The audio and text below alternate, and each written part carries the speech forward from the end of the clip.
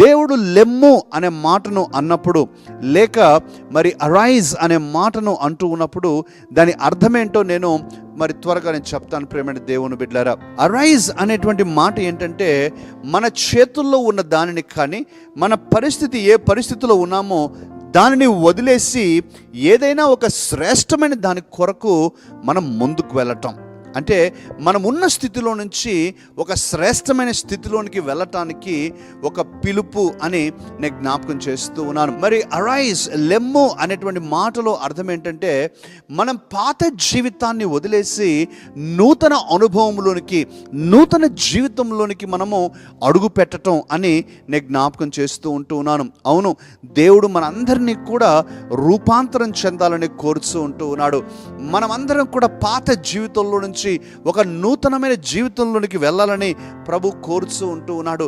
దేవుడు చెప్తూ ఉన్నాడు, ఎవరైతే క్రీస్తునందు ఉన్నారో వారు నూతన సృష్టిగా మారతారు, పాతవి గతించి అన్నీ కూడా క్రొత్తవవుతాయని దేవుని యొక్క వాక్యము సెలవిస్తూ ఉంది. అరైజ్ అనే మాట, లెమ్ము అనే మాట ఇక పాత జీవితాన్ని వదిలేసి నూతన జీవితం వైపునకు మనం అడుగులు పెట్టడం అన్నమాట. అరైజ్ లేక లెమ్ము అనే మాటలో అర్థం ఏంటంటే, విస్తారమైనటువంటి ఎదుగుదలకు ఉన్నటువంటి ఒక అవకాశము దేవుడు జ్ఞాపకం చేస్తూ ఉన్నాడు.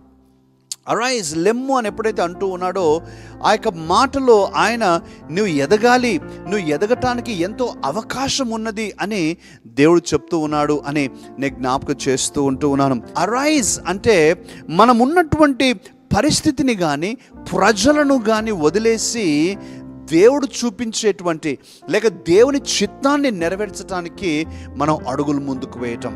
మనమున్న పరిస్థితిని, మనకున్నటువంటి మన చుట్టూ ఉన్నటువంటి మనుషులను కూడా వదిలేసి మనం ముందుకు వెళ్ళటం అన్నమాట. మీ అందరికీ కూడా బర్తిమై గుర్తున్నాడా? బర్తిమై యేసుక్రీస్తు అలా వెలుచూ ఉన్నాడని గుర్తించి, దావీదు కుమారుడైన యేసు నన్ను కరుణించుము అని చెప్పాడు. గట్టిగా కేకలు వేసినప్పుడు శిష్యులు మొదటిగా అన్నారు, నీవు ఊరికే ఉండు, నిశ్శబ్దంగా ఉండు అని అన్నారు. కానీ ఆయన ఇంకా మరలా గట్టిగా కేకలు వేశాడు. ఇప్పుడు యేసుక్రీస్తు ఆ కేకలు విని ఆగిపోయాడు. అప్పుడు శిష్యులు వచ్చి, బర్తిమై లెమ్ము, ఇదిగో యేసు నిన్ను పిలుస్తూ ఉన్నాడు. ఏంటి దాని అర్థం ఏంటంటే, ఇక బర్తిమై తన ఉన్నటువంటి పరిస్థితిని, తన ఉన్నటువంటి వాతావరణాన్ని, తనకున్నటువంటి చుట్టూ ఉన్న ప్రజలందరినీ కూడా వదిలేసి ఇక యేసు వైపు అడుగులు పెడుతూ ఉన్నాడు. అది అరైజ్ అనే దానిలో అర్థం. ప్రేమ దేవుని బిడ్డలారా,